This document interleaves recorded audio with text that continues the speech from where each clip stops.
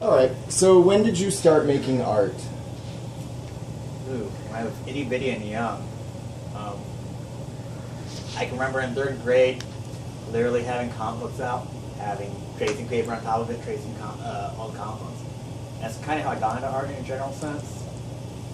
If I was like the slow merger of learning who artists were, when you know what Image Comics is, like Jim Lee, Tom McFarlane, all these artists, when they broke away from Marvel Comics, made their own company because about like them having creative control over what they were doing, their creations and the way they were doing stuff.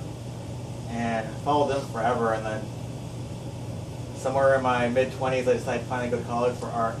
And when I was young, I really thought you just could be an artist by making art. There's a lot more behind there and more art history and stuff like that. So, all honesty, I started out pretty much from the crib drawing. Uh-huh. So what, is there a particular medium that you feel most comfortable using? The medium always is secondary to the idea. Like, my background for my degree is I have a BFA officially in the concentration in ceramics and painting. So I've done tons of oils, acrylics, watercolors. I've played with clay in every way, shape, or form. I used to run a production pottery with Raku. I did an internship out in Anderson Ranch Art Center in Colorado doing ceramics. For me, when it comes down to art, it's always the idea first. The medium always reiterates it. Hence, when I do blood paintings, I'm talking about depression, suicide, stuff like that. When I've done my bar art, a pen and the back of a coaster makes more sense than anything else because I go to dive bars, specifically anyways. When it also comes down to like other stuff, like I was doing the stripper art with me doing a kickback to artists like Toulouse-Lautrec, Picasso. How many artists went to brothels and stuff like that? So me going back to more of a traditional medium like oil made more sense. So it has to do with the idea first and the medium second. So what is the piece that you're getting ready to work on about? It's actually about Tyler Clemente. It's, I want to say it was like 2 years ago, 3 years ago, was a kid who came out of the closet right before he went to college. While he was actually at college, his dorm mate actually set up his laptop on security mode. We're using quotation marks because he was worried about his stuff being stolen. Filmed actually him in situations with another guy and actually broadcasted it on the internet. Second time around, he threatened to do it. That Tyler actually jumped off the George Washington Bridge and killed himself. So again, we're going back to that whole cycle about suicide, depression, and stuff like that. It was about, you know, this kid who just came out of the closet, how he's still paranoid about his sexuality, about how people react to it, and like his rights were 100% violated because it was broadcasted for the world to see in a way where he had no control over it. So it's a situation where he had no control. He himself, I think, in my opinion, was trying to kind of discover who he was and never had the chance to figure out who he was because everything was taken out of his hands and he decided to kill himself on it. So I'm going to actually have a painting of the George Washington Bridge.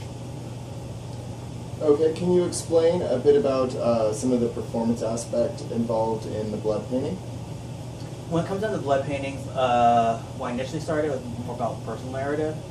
And when I talk about depression and suicide, and a personal note for me, it was always about me overdosing on pills. So it never made sense, like, if I ever did a painting about pills on a painting, it'd be about me being a drug addict. I think how the majority of the public would actually interpret it. So the thought process talked about, if I'm talking about suicide, depression, things I've done in my life, how can I express it? And what through my head is, being honest, hearing about slitting of the wrist. So then became this process of using my blood in my artwork. But then, you know, you get this end product of blood hanging on a canvas, on a wall, they don't get the whole story. So the idea evolved in the sense where, to be honest, it was more about the process of me doing this. It was more important than the actual end product of a painting hanging on a wall. So it became more of a performance. As the years have gone on, because I started this initially was at K-State, and I graduated in 2005, that the performance became more and more important. It was more and more, I always had someone documenting it, whether taking photos and stuff like that. And for me, the end painting is a relic from the performance itself. So now it's like one of those things going, again, I think I've taken myself out of the narrative anymore with these paintings about depression and stuff like that.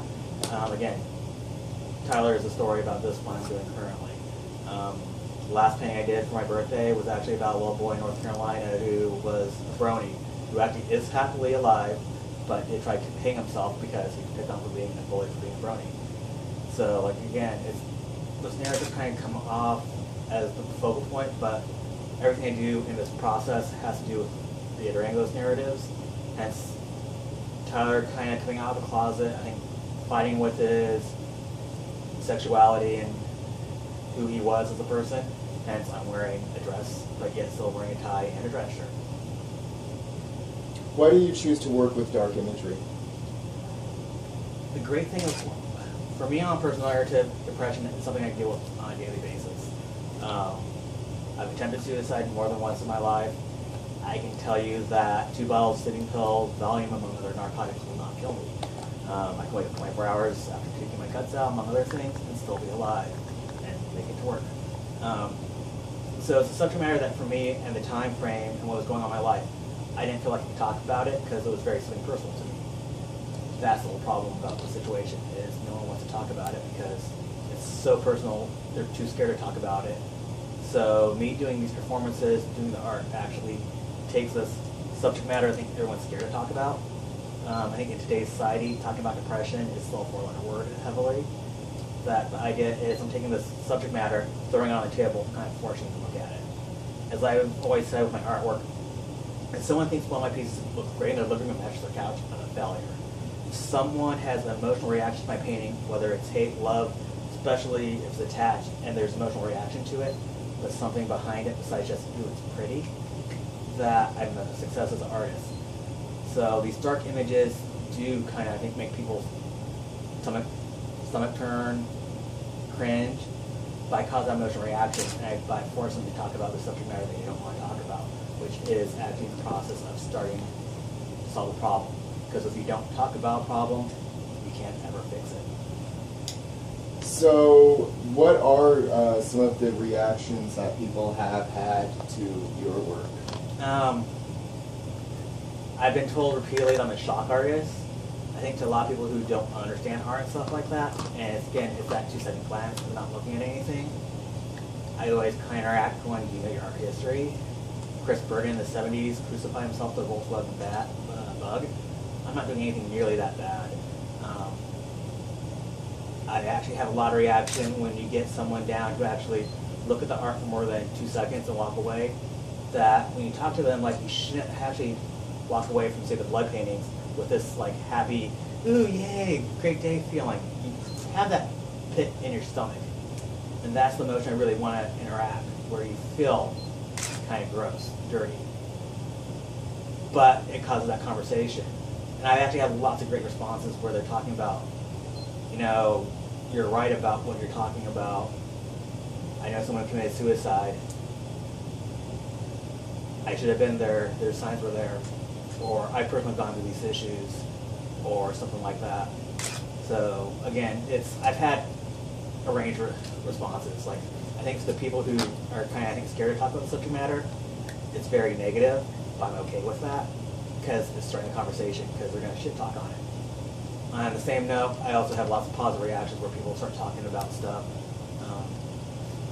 And again, starting that conversation to go, what needs to happen to make a change, to make yourself feel better. So it seems that a lot of your work has kind of a mixture of non-objective imagery incorporated with figurative imagery and then concept. Is there something specific that draws you to each one of those elements? There's the whole figurative idea, I think, really comes back to that background of me loving comic books.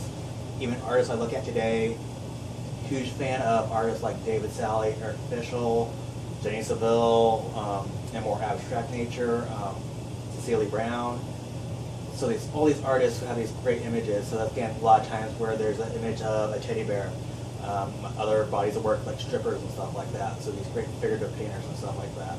I'm trying to think what else you got on this. Conceptual artists, we go with all those other artists, again, this great concept. Eric Fischel, I love his paintings because it's a single scene of, whether it's suburbia from the 80s, more contemporary stuff of him filming actually literally actors in these scenes that he really kind of scripted but really had no plot.